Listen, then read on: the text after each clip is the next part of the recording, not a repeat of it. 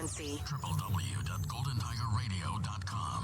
The call letters. GTR. And the station. Golden Tiger Radio. This is the Golden Tiger Radio. We've got the...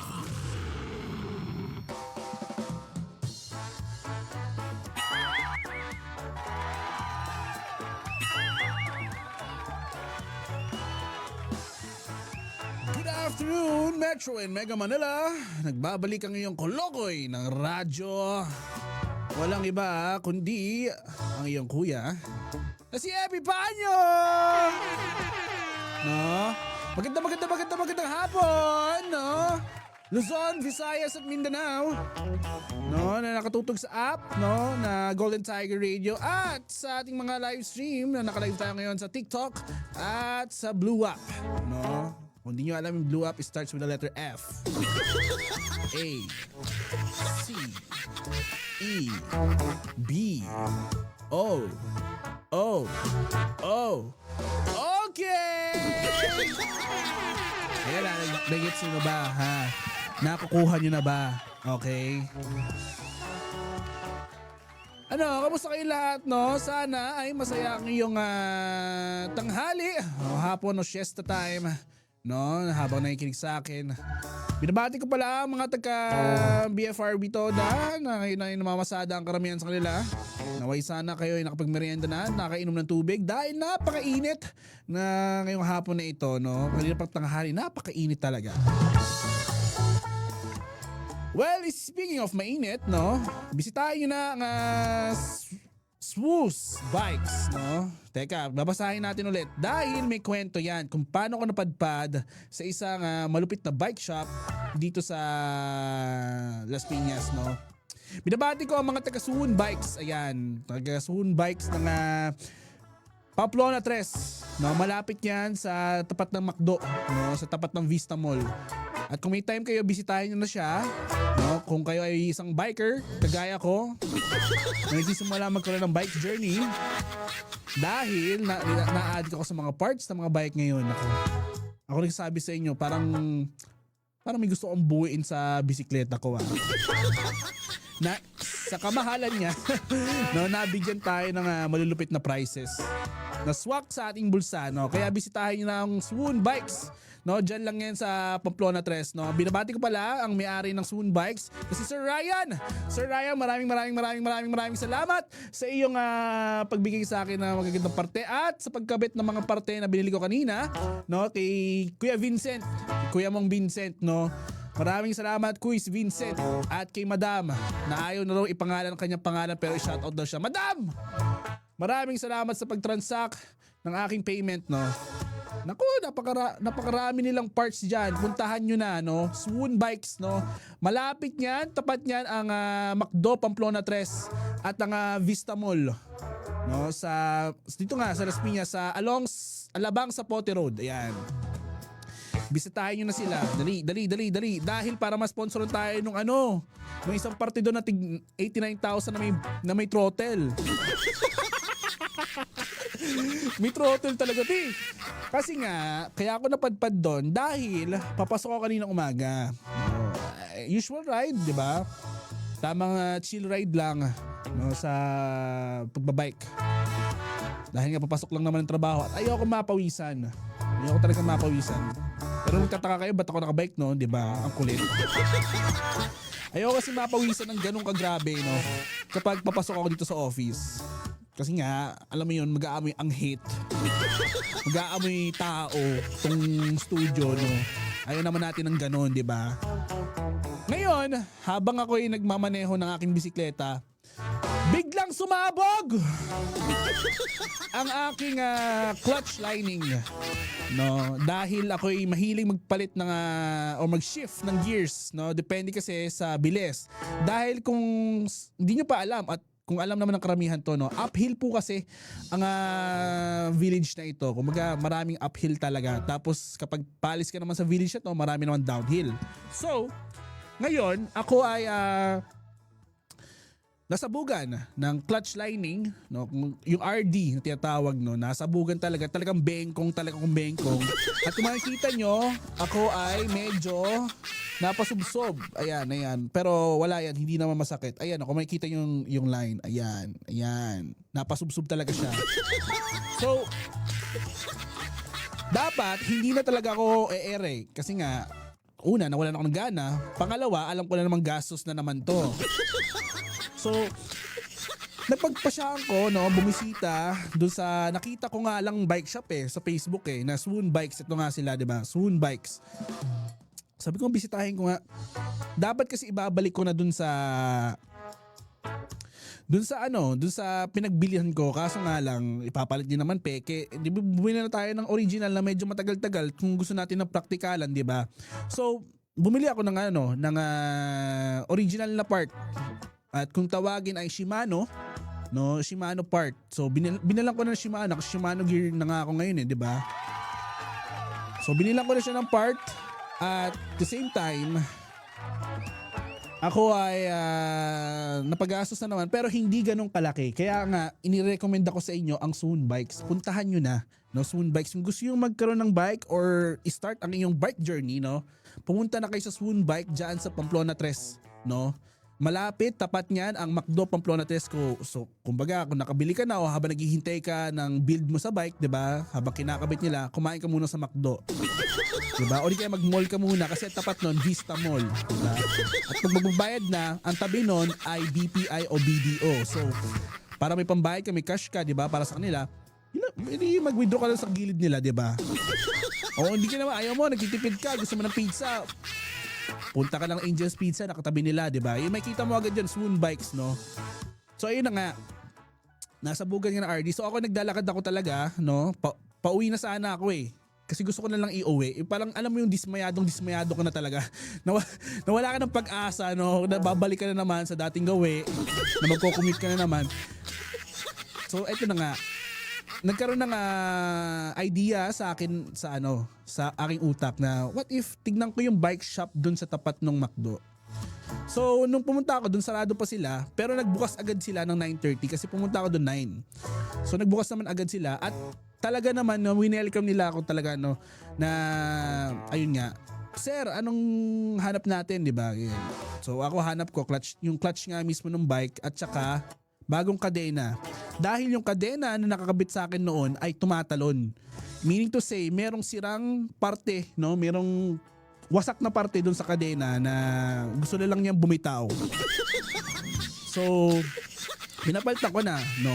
At nagulat ako sa presyo dahil ang expected ko ay above 5,000 yung presyo. But no. Mahigit 1,000 lang ata ako. So, isipin nyo yun sa ibang shop, magkano na yun, mahal na yun. Tsaka Shimano sa mga hindi nakakaalam, ang Shimano po kasi, no, ang Shimano na brand sa bike, no, eto na, nagkakaroon na kayo ng education sa pagdating sa mga bike na yan. Ang Shimano po kasi na bike, or Shimano na part ng bike ay original, no? It came from Japan. So, makabili ka na nun, kumbaga kung yun yung papalit mo na gear ay talagang pang matibayan, pang matagalan talaga. So kahit anong trail man, road, gravel, no, yung mga mountain trail, Diyos ko, papalag-palag talaga yung parte na yan, di ba? At magugulat ka dahil yung ibang parts ng Shimano ay mahal dahil matibay nga, ganun ka siya katibay ko. Wasakin mo ng wasakin, hindi talaga siya masisira. So ganun talaga siya. So expected ko na mahal siya. Although, si Swoon Bikes ay binigyan tayo ng pagkakataon na i-try yung mga alternative na ng Shimano pa rin, no, na fit talaga, no, sa ating bike, no.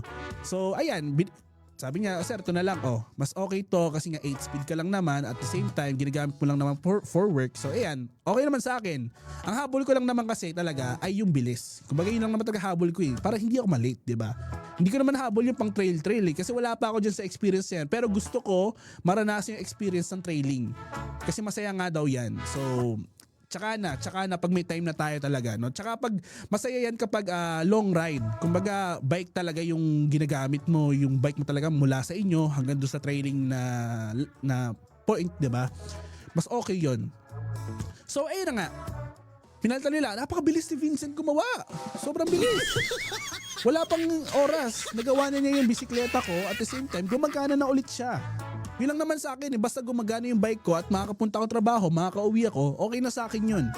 No? Pero, habang ginagawa niya yung bike, ako ay naintriga sa dami-rami ng mga parts na mura at swak sa budget ko. No? Parang gusto ko na bilhin yung iba doon, yung lahat ng yun. Gusto ko bilhin. As in, ganun na ganun talaga.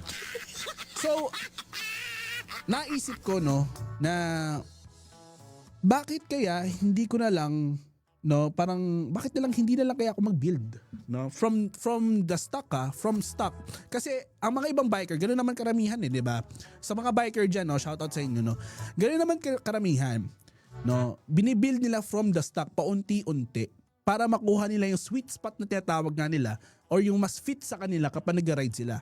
So, mas okay 'yon. Kumbaga, para sa akin, doon ka makatipid kasi doon mo makikita kung magkano lang budget mo, kung magkano lang willing mo ilabas, di ba? So ako, feeling ko may bago na akong kakaadikan. Ang pagbuo ng bisikleta. Bakit nga bisikleta? Ano, una muna sa lahat, bakit nga bisikleta ang napili ko? Dahil I remember back in the day, no, yung mga bata pa kami, no, mga magkakaibigan, mga kaibigan ko, no, mga kababata ko, ay mahilig kami mag-ride ng bike dahil sa isang kaibigan ko na mahilig sa bisikleta. Ngayon, ang ganda ng bisikleta niya noon napakaganda. Sa kanya yung pinakamaganda. To the point na ako, tinatapon ko yung bisikleta ko talaga. Hinahagis ko talaga siya. So, nainganyo ako, no? Parang, it is my dream to have a bike na ako mismo yung bubuo. Yung parang, hindi ko sinasabi na hindi ko minamind ang gastos. Pero ang sinasabi ko is, yung paunti-unti, alam mo, little by little, na binubuo mo yung bike na yun. O yung gamit na yun. Kasi alam mo, karamihan sa atin, may mga certain addictions. Kumbaga, tinatawag dyan ay addiction, di ba? May tinatawag dyan na term. Kumbaga. Teka, hanapin natin. May tinawag, I heard it, narinig ko na yan somewhere else. Teka, hanapin natin yung word. Word that describes addiction.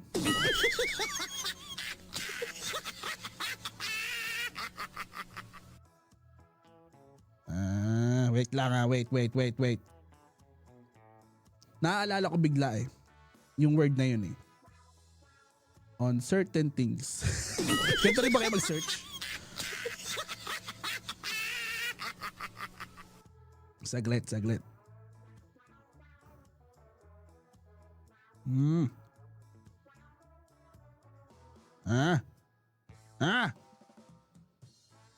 Anyways, hindi natin mahanap. Hindi tayo gumagamit ng ChatGPT. At least alam nyo, hindi ako gumagamit ng ChatGPT. Diba? Yun nga. Basta, there's a word for addiction na hindi siya masama. Na yun yung pinakagusto mong gawin. Na to the point na you're willing to invest on that thing or on that experience, no? So ako, 'di ba? Na-addict ako sa ayun, makikita ko ngayon mga parte ng bike So na-addict ako na bumuo, no? And para sa akin, no? Sa atin mga tao, no, kailangan natin 'yun no? Kailangan natin ng may kakaadikan o kasiyahan ba, 'di ba? Alam nyo, habang ni-ride ko yung bike ko, no, habang nag-ride ako sa bike, naisip ko, okay pala na magkaroon ako ng isang something na kinakaadikan. 'Di ba? Para ma-enjoy ko habang buhay pa ako at habang bata pa ako. Kasi hindi ko naman na ma-appreciate yung bike kapag tumanda na ako Masakit na yung tuhod ko, ano ka ba? Diba? Na para sa akin, it's better to have this kind of experience or this kind of phase para pagdating ng araw, maikwento ko naman sa mga kabataan. Diba? Na yung time ko, bumubuo rin ako ng bisikleta. Nung time ko, bumubuo rin ako ng Gundam. Nung time ko, bumubuo ako ng Beyblade. Iba-iba Iba-iba. Nung time ko, nangongolekta ako ng sapatos, nangongolekta ako ng branded na item. Diba? Iba-iba. So, I cannot see na there's something wrong in that. Wala akong nakikitang mali doon. Kumbaga, siguro, sometimes may mali kapag you overspend. 'Di ba? You overspend something na, alam mo yun, hindi naman dapat bilhin, pero binili mo pa rin. Parang just for the sake, dahil nangangati ka para matigil yung kate. Hindi naman sa ganung part. I'm saying na, okay pala no, na pag-ipunan, paghirapan ng mga bagay-bagay na alam natin ay, alam mo yun, ikakasaya natin. Kumaga, ikakatuwa ng puso natin. No? Kasi ako ay na-feel ko na, hindi, ito yung umpisa, pero hindi ito yung parang, sige, bilhin ko na yan lahat. Hindi naman. Hindi naman ganun. Kasi impulsive buying na yun. Ang sa akin lang, yung mga parts na need, alam mo yun, kagaya niyan. Yung clutch lining, sumabog. Kailangan ko siya palitan. So, bibili na ako ng original kesa bumili ng peke kasi gagamitin ko man araw-araw eh. Kumbaga magagamit ko siya to the fullest. At sabi nga ni Kuya mong Vincent na nagkabit sa akin noon, no? Shoutout kay Kuya Vincent, na, Sir, mas okay sa amin na pasabugin mo muna lahat ng parte ng bike mo bago mo bilhin. Kasi doon mo kailangan mo muna ma-maximize yung stock bago ka mag-upgrade. So, alam mo yun, practical lang. Sir, basta habang wala ka pang pera, huwag ka munang bibili ng parts. Kasi pag bumibili ka ng parts at hindi naman sira, sayang lang din yung stock. So, mas maigi na magamit mo muna yung stock kaysa, alam mo yun, palta mo agad ng original, alam mo yun, hindi po kasi yung practical. So, isipin mo, 'di ba? Basically yung bike shop sabi sa'yo maging practical ka, pero okay lang din mag-build. Mas okay mag-build in a practical manner. 'Di ba? Yun yung masarap na feeling na sinusuportahan talaga nila ako, sabi ko talaga, ano bossing? Kailangan na ba palitan ng handlebar? Ano boss? Kailangan na ba palitan ng saddle? 'Di ba? Sabi niya, Sir, wag muna. Ang una mong papalitan ay yung safety features niya. Umaga, wasakin mo muna. As in, sirain mo muna yung stock. I-maximize mo muna yung gamit. Pasabugin mo kung sumabog, tsaka mo palitan. Pero ang una mong papalitan ay preno. Dahil ang preno ay isang safety feature ng bisikleta. Pag wala kang preno, nako, prone ka sa aksidente. So, ako, sabi ko, ano magandang preno? Yung hydraulic. So, yung hydraulic pala ay isang click lang or isang piga lang or kahit nga kakapiranggot na piga lang, talagang kumakapit agad. Unlike dun sa akin, kagaya nga ngayon na naka-cable ako, as they called na manual, no? Kailangan ko pa siyang pigain ng sobra para lang promeno ng bigla. So, ang sabi ni Kuya mong Vincent na, Sir, pag-ipunan mo yung hydraulic na brake kasi yung hydraulic na brake, effective yan, mas maganda yan. So ako, naisip ko na okay, brake, ano ba kailangan ng safety feature? Yung helmet, ano ba yung bip? Yung bip po ay isang foam or isang parang tawag to leggings or ayun nga, leggings nga na may foam sa padding. Kumbaga may padding siya na may foam talaga. So yun nga na yung foam na yun ay nakasuksok dun sa bandang parte ng katawan mo na hindi ko na pwede sabihin dito sa radyo. na po pwedeng magiging komportable ka sa ride mo. 'Di ba? Na hindi ka mangangalay. Kasi ngayon medyo ngalay ako kasi nga rekta balat eh. Kasi nga wala pa nga yung in-order kong beep, 'di ba? Mura lang naman 'yun, napakamura lang naman 'yun.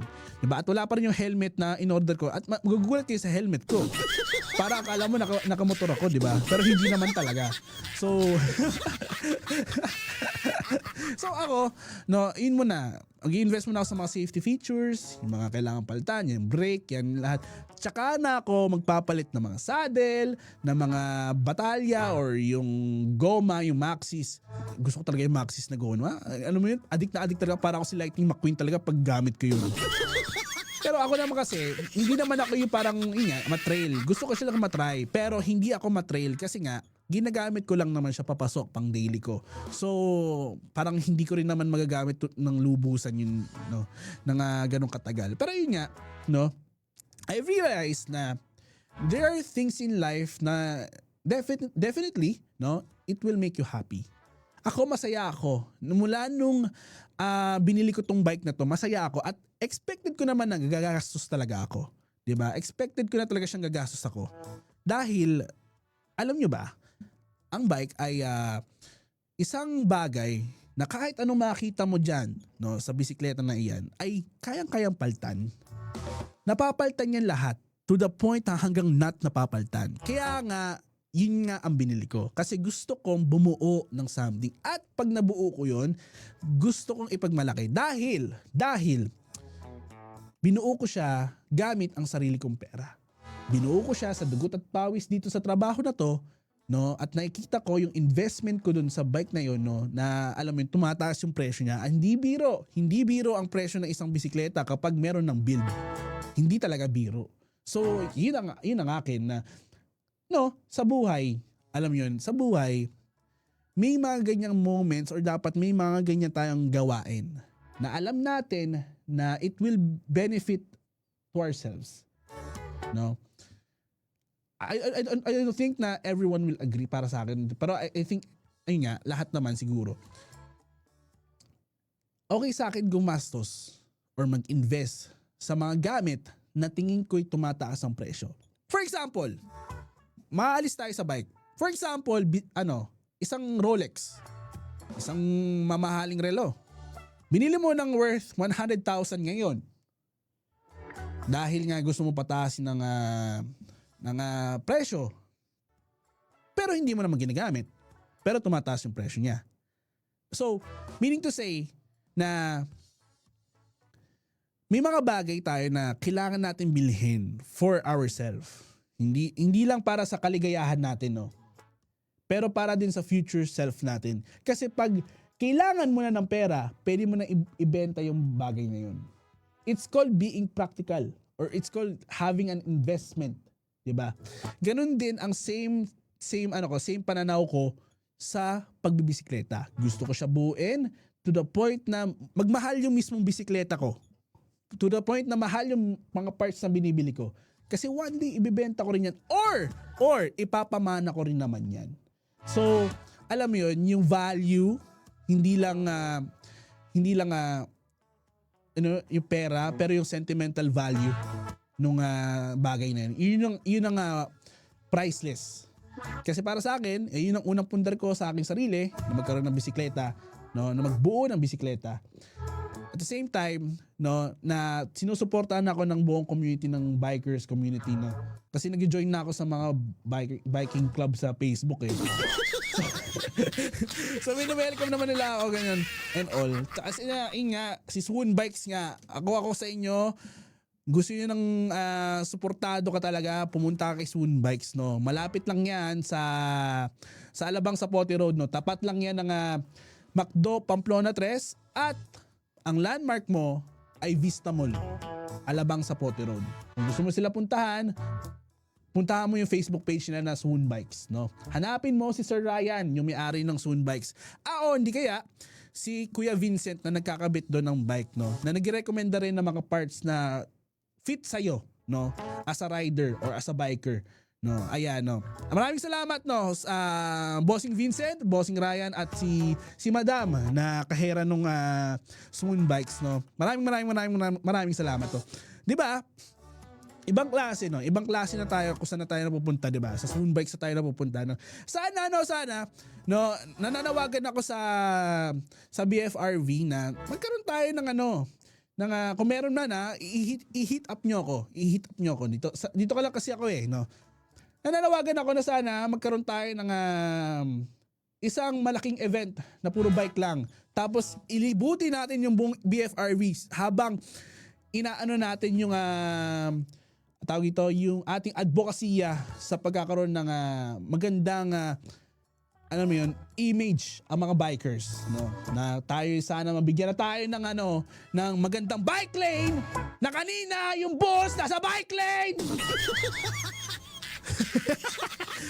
Na kanina yung ay nako naman, naglalakad sa gitna ng bike lane pero tatabi rin naman sa pedestrian, ba't di na lang siya doon?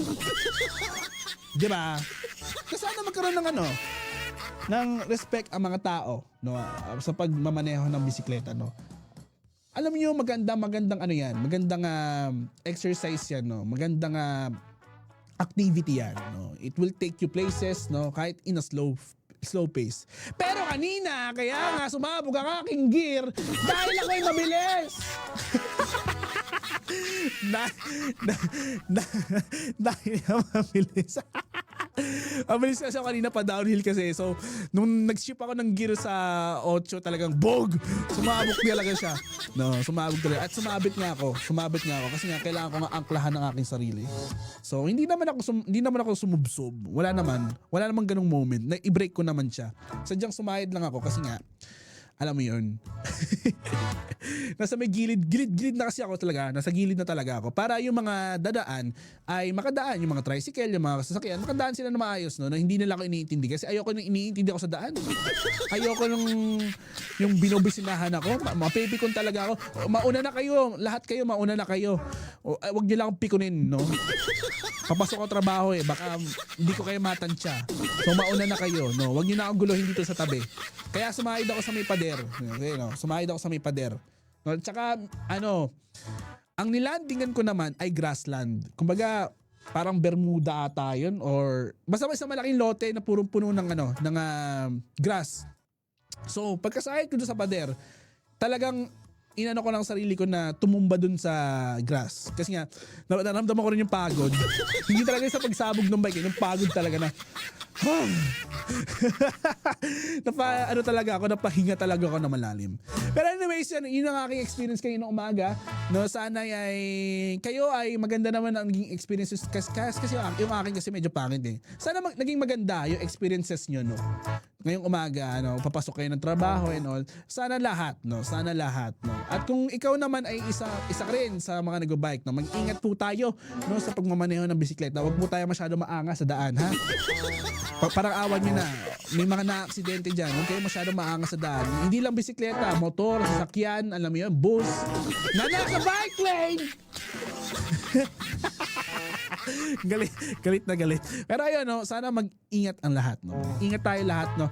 At syempre binabati ko rin mo nga pala si Lorna Catillo na nag-message pa sa akin nung nakaraang araw, no. Na shout out daw sa programa ko. Ayan, shout out po kita, madam. Ayan, nag-like na nga siya. Oh, ayan, no.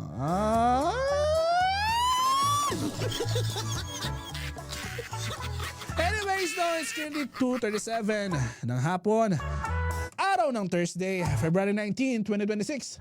Ako ay magbabalik ang iyong Koloko ni Radyo. Stay tuned. At kung hindi ka pa naka-follow sa Golden Tiger Radio, i-follow nyo na po ang Golden Tiger Radio. Okay? I-follow nyo na ang Golden Tiger Radio sa Facebook, TikTok, Instagram at YouTube. At syempre, isisingit ko na rin do, i-follow nyo ang Swoon Bikes, no? I-follow nyo sila sa Facebook page nila. Ewan ko may TikTok sila, pero i-follow nyo ang Swoon Bikes. At kung meron kayong mga appointment about sa bike nyo, papagawa kayo ng bike, sa kanila kayo magpagawa dahil magagaling sila, promise. No, magpagawa kayo sa kanila. At saka kalidad ang mga binebenta nilang parts. Kalidad talaga, no? Hindi sila nagbebenta ng peke, no? Yan yung maganda dyan. Tsaka in a good budget, di ba? So, magpagawa na kayo sa kanila sa Swoon Bikes, no?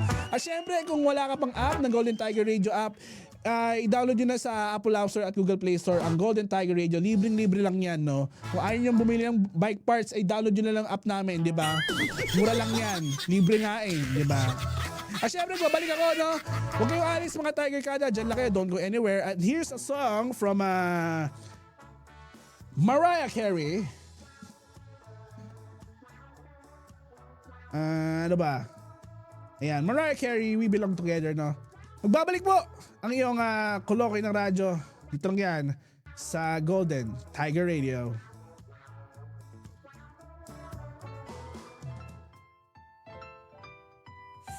Mm.